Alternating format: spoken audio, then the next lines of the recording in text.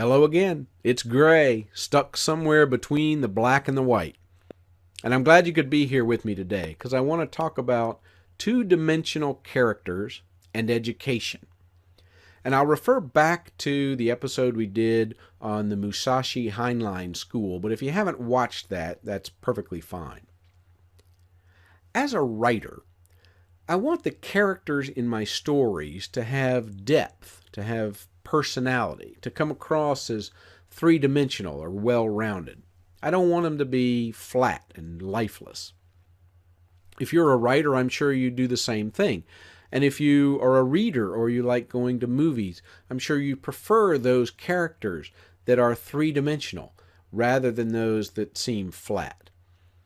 And I think the metaphor carries over to education because we want to help students develop into multidimensional, well-rounded people.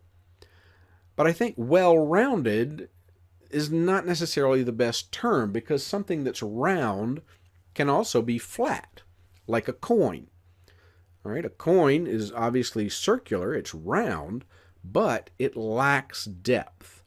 And so I started thinking about the idea of sphericity, and I don't mean the statistical sphericity, which I'm not even sure I understand, but just the measure of how spherical an object is. How does it compare to an ideal sphere? For instance, I have here an old stress ball that looks like a moon, and it's cratered and pockmarked, and if we compared that to an ideal sphere, it probably wouldn't come out very well. Likewise, a golf ball is at a disadvantage because it's all dimpled, even if it is painted like a basketball. But sphericity, nevertheless, takes into account height and width and depth, and so to me it seems a little better than well-rounded. And I started thinking of it in terms of that list that we considered part of in the Musashi-Heinlein School episode that Robert Heinlein laid out when he said a human being should be able to, and you may remember some of the things on the list, to change a diaper, to plan an invasion, to build a wall, to set a bone, all of those kinds of things. And I thought, that's what we should be doing. We should be helping students to grow in all these different dimensions. Now, however, I'm not so sure.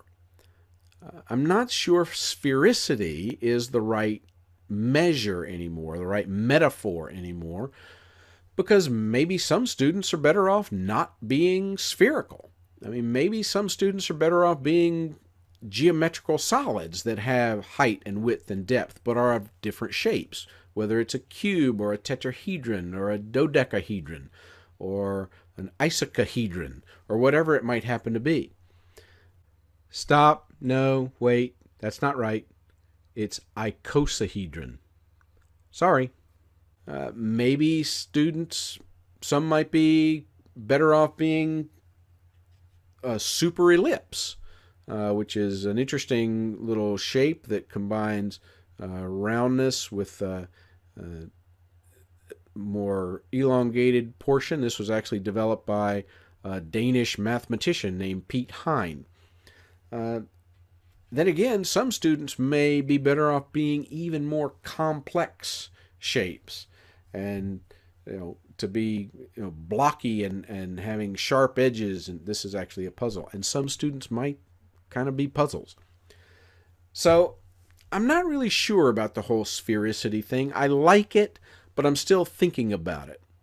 From that perspective, I would love to know what you think and whether there is a better metaphor out there that you've found. So let me know. Write me a note, shoot me an email or a text message or however you want to get in touch. I would love to hear from you. I'm going to call it a day for this episode. I'm super glad that you were able to be here with me. I hope to see you next time on Between the Black and the White because, as I've said before, between the black and the white is where you find gray.